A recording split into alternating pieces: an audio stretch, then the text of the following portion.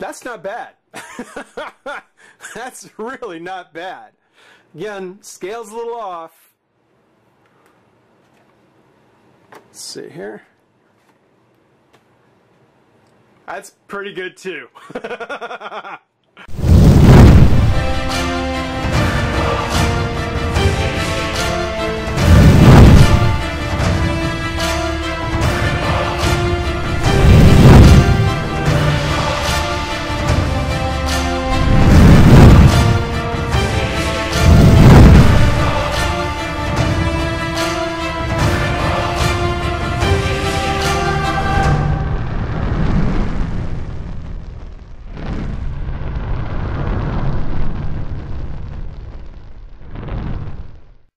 Hey, friends and revolutionaries! For anybody who's been checking out the Facebook page, and with Power Girl being done, some of you might have been asking, when are you going to go ahead and do that Huntress? Well, the answer is right now. Yes, I just want to throw it out there one more time. The Review Evolution does now have a Facebook page. There's been some updates to it, not as much as I'd like to. I'm going to start stepping that up a bit. But one of the first things I posted on there was the Huntress when I got her in the mail. And been holding on to her, wanted to wait for Power Girl to arrive and then do the video on her, which is done.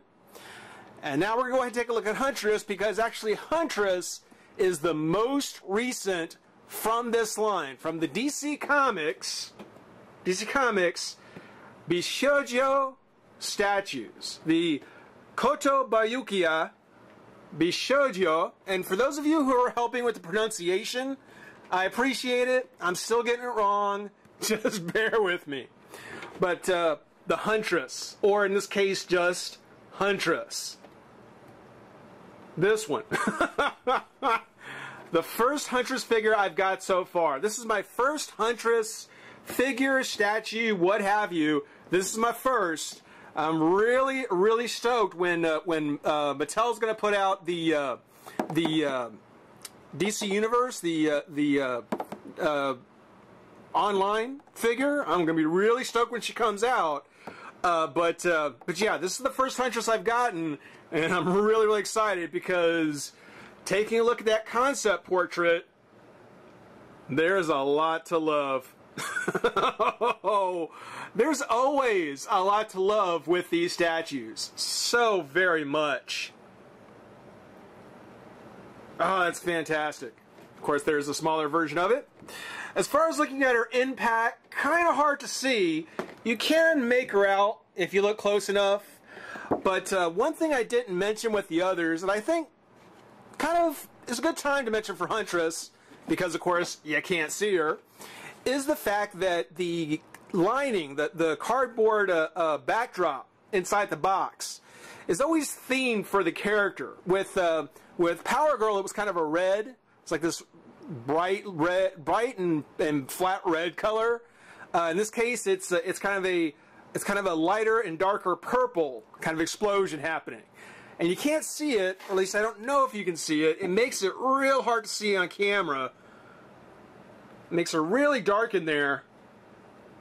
But it's just there to kind of go with the purple here on the side, and of course the trim on the side, and the whole, you know, feel of the character.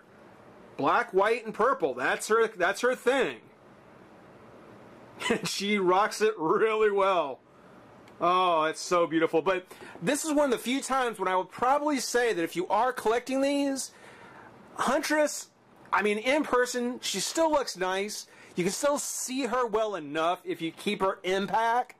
But she's one of those statues that you're not going to be able to appreciate nearly as much until you get her open. I'm almost positive that once you get her open, yeah, there's a lot more to like than what you'll ever see in the box, because it's so dark with that lining in the background.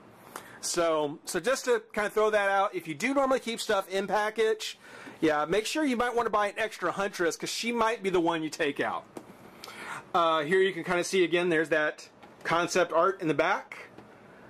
And then the photo of the actual figure.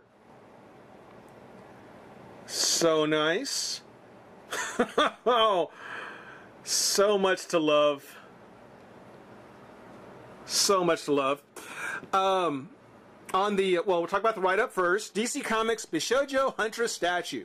A Kotobukiya Japanese import coming up next in the DC Comics Bishoujo collection, combining DC superhero heroines and villains with traditional Japanese styling. Is the independent vigilante and member of the Bat family, the Huntress. A refugee from Earth 2, like her friend and sometimes partner Power Girl, who was Supergirl from Earth 2, by the way. I don't know if I said it before. I'll mention that. I love this line. Huntress's complicated history was recently reorganized in the New 52. Yeah. if the whole idea was to straighten out certain storylines, yeah, thank goodness Huntress was one. They just cut everything back and just made her Helena Wayne, daughter of Bruce Wayne and Catwoman of her world. No longer tied specifically to Gotham City, Huntress travels the world righting wrongs according to her own code of honor. Helena's alter ego is now presented in the Bishoujo styling based on her original illustrations by famed Japanese artist Shinya Yamashita as a beautiful... I always lose my place. As beautiful as she is dangerous, Huntress perches on a rooftop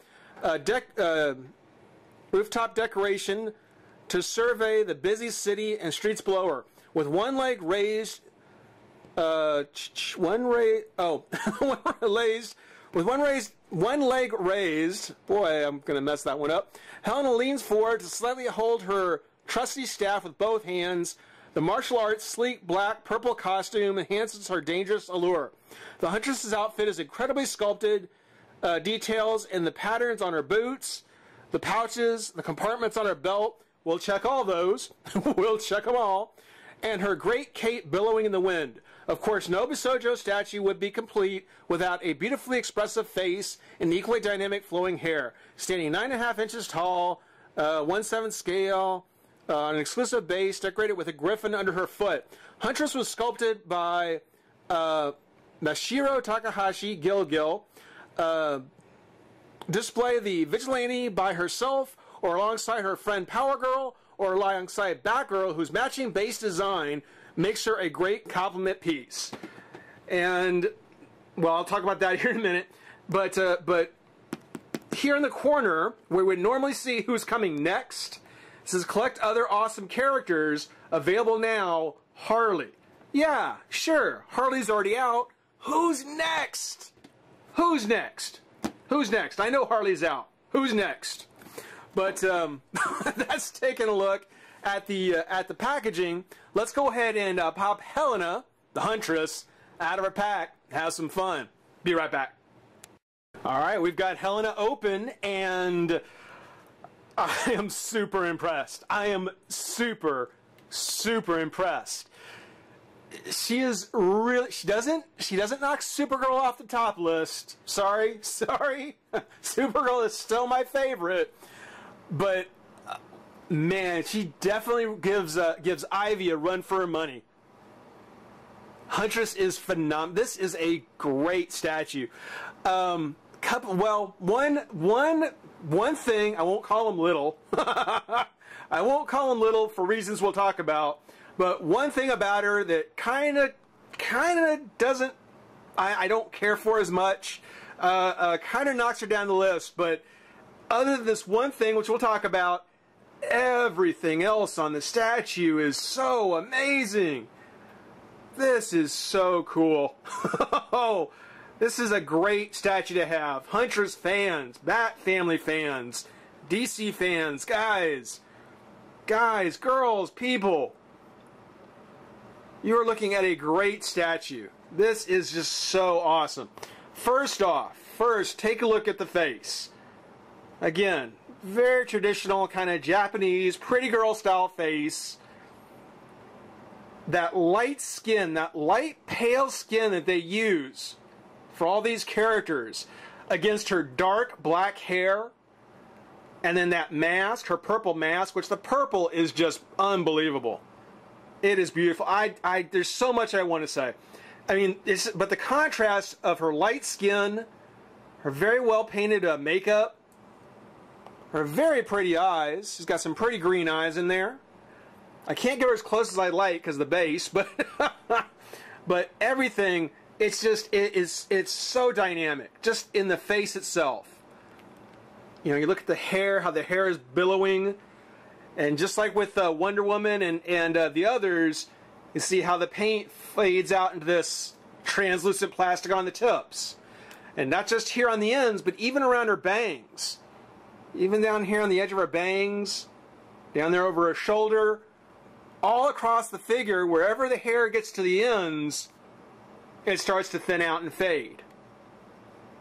But then here, you know, on her head, nice deep black, nice color, beautifully done, beautifully done, so amazing. Her bodysuit, yeah, it is the traditional Huntress bodysuit. It's got the black with the white trim. She's got kind of little boomerang clasps there on her cape, but it's got the exposed abdomen, which I love. I won't lie. That's one thing about the new 52 design I don't care for, is that they've kind of closed up that abdomen. Yeah, I know. I'm being a bit of a pig, but you know, I like that design. That's a very nice design on her costume. I love that. I'm glad they kept that on the statue. It looks really good.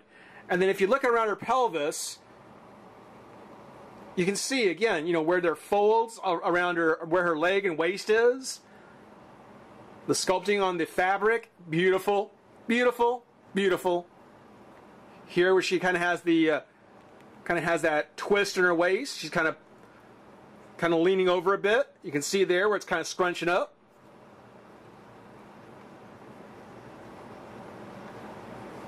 The boots, you can kind of see there here with the boots. Now one thing I just noticed, and I guess I'm a little surprised. If you look at the at the suit, at her bodysuit, the boots, you know, any place there's a black, it's in a shiny black. It's not a gloss. It's just a shiny black. It's not really high gloss. It's not like what they did with Power Girl. Not quite. Maybe close, but not really quite. Maybe it's because it's in the black and not the white that it doesn't look as shiny. Yeah, actually it is. It's still very much a shiny kind of plastic. But what I'm getting to is that where it really stands out, where the shiny metallic color really stands out, is on all the purple. On the glove, well, on the mask, obviously. On the gloves, on her belt, on the boots, on the straps, on the soles of the boot. You know, the purple, the metallic purple is really striking and looks really good. But I did notice that on her knee pads, even though the straps go all the way around her leg, they go completely around her calf, here on the knee pads, these are just black. Now, they could very well be that color. That could very well be the color there. But being that it's just sculpted on, as opposed to being maybe painted in a different kind of plastic, or in some way just kind of brought out in some way, that's a little disappointing. That is a little disappointing that they didn't paint that all the way around, or maybe use a different kind of black color to make that stand out a little bit more. I don't think I've ever seen that before, where something like that, like a strap or something like that, would be left just a solid color. It's such a minor detail, and I don't even mind. It's just, if you're going to nitpick anything, if you're going to point out any nitpicking, that right there, yeah, it's kind of an opportunity they could have followed up on. But I mean, really, when you're looking at the big picture, when you're looking at this thing, you're not going to be looking at the back of her. You're not going to look at the back of her knee. You're not. If you're looking at the figure here, the back of the knee is not really going to be where your attention is going to be at. Nor should it be. Let me tell you, because that is a fantastic belt. I mean, when you're looking at the back of the figure, that belt is just, you just can't miss it. I mean, it is sculpted amazing. The pouch is there with the buttons. Very reminiscent of the old school Batman belt. Looks really nice, looks really good.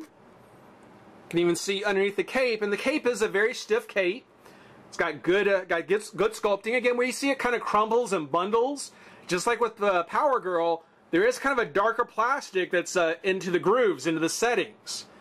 So it really gives it some feel of movement, more so. But with there's little bubbles. You know, you can almost feel it, or you can almost feel it being whipped around by the wind, along with her hair. That is just amazing. That is amazing. But it is a soft, well, soft. It is a pretty firm plastic. I mean, it'll bend, it'll give. But what I love is that even underneath the cape, and I'm not even sure if you can really see it, but underneath the cape, her pouches continue to come around her side. So if you were to somehow take the cape off, you would see that there are pouches that come even around the side of her waist here. They didn't have to. You'd probably never see them otherwise. You'd probably never miss them if they weren't there, but they are. Same thing with Huntress's leg. If you look at her thigh, well, here you see there's one pouch here. Underneath the statue, underneath the cape here, you can actually see there are two pouches on her leg there. So there are two sculpted patches on the side of her thigh that you'll really never get to see, and only one here. I mean, if that was done for accuracy on the character, that's amazing. That is really, really amazing. And it's another example of why you should, I mean, I love this figure. I love this statue. This is just beautiful. Beautiful. One of the things that does bother me a bit, well, okay, a couple of things that bother me, and I come out and say it, her chest, I don't know, I'm not sure whose design it was to kind of give her this chest design, this chest sculpting. It looks really, I mean, I'm going to come out and say it, these statues, I mean, this is certainly something that you're meant to take notice of, is her chest. You're meant to take notice of it, and that's fine. That is totally okay. I get it. I understand. It's supposed to be kind of in your face. But that's a little too in your face, if you ask me. That's just slightly more in your face than I would really want it. You know, I think they could have toned that down a little bit. It completely takes over. I mean, when you're looking at her, she looks so good. And then with her chest being the way it is, depending on how you pose her, of course, it's going to be more obvious than in other poses. But that's a little too in your face, a little too much. I will come out and say that. So I think the biggest disappointment to me on the sculpt is the fact that her chest really is a little too much. They just did a little too much on it. For some people, too much is never enough. I will admit, yeah, I think we've crossed the line. That is too much. But actually, I do want to kind of point out real quick, just again with the paint and the application, when you look at it, you see how the white goes straight up and then into her collar, and just looking how the white trims along the edge of the cape.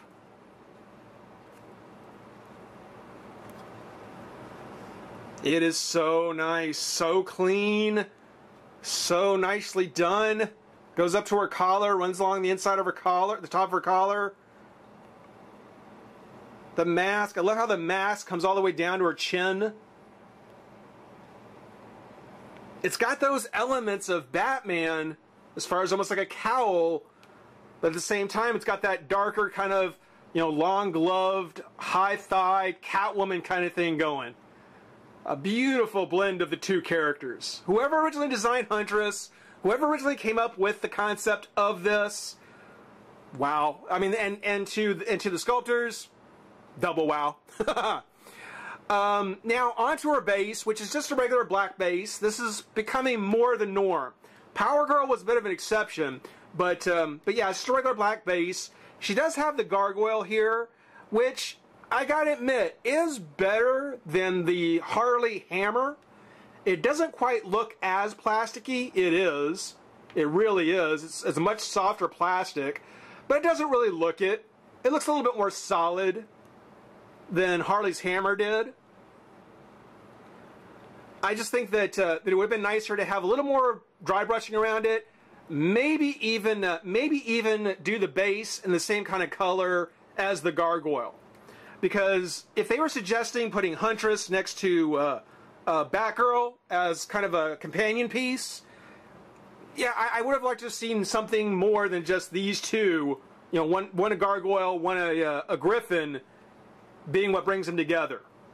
You know, it was said that for the Poison Ivy and Harley statues, is that their bases would somehow interlock. You know, it's a shame that because they didn't do that with those two, that Power Girl and Huntress couldn't have had that work for them. But as it stands, we get just the regular flat black base, no Huntress, you know, nothing on there, nothing as nice as Power Girl, no texture. But there is the Griffin, and it did turn out looking pretty good. Got the one broken wing here. Matter of fact, kind of got the whole side kind of chewed up. We're here. Nice clean sculpt. Again, kind of look at that boot. I mean, I could sit here for another 20 minutes and show you guys just all the wonderful details that you get with these statues. But I would certainly hope that if you've got a comic shop nearby, if they've got display cases, I really encourage you to take a look at this. I really do. These are just amazing. These are just beautiful. Now one thing you probably noticed is that in her pose, she's got her one arm, got her right arm kind of tucked underneath with her left arm coming over. It's a rather, looks like it looks a little unnatural. I don't really care for how her arms are posed. But the reason for that is because of her accessory, which is her staff. And not much to speak of, just a regular staff. It's very straight, no warping. I don't think there's many other figures, or even statues for that matter, that you'll get a staff or a spear or something like that and keep it that straight. That's a credit to the material being used. That's that PVC. Much different than just a regular, industrial plastic.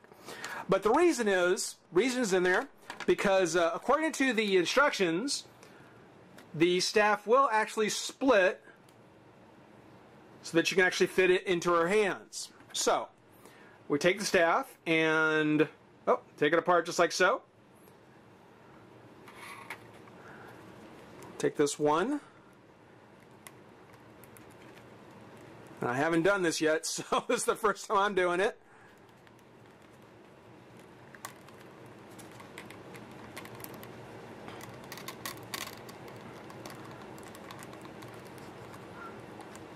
Oh, maybe not that way. Let's go to the instructions. Yeah, no, that's the right way.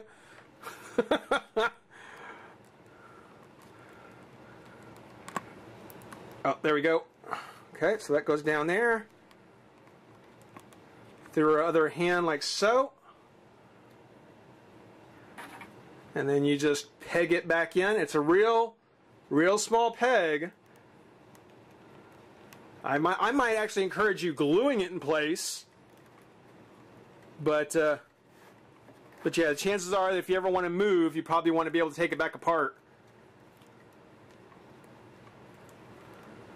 If I can get, there you go. There we go. Yeah. Yeah, take a look at Huntress. Really impressive statue.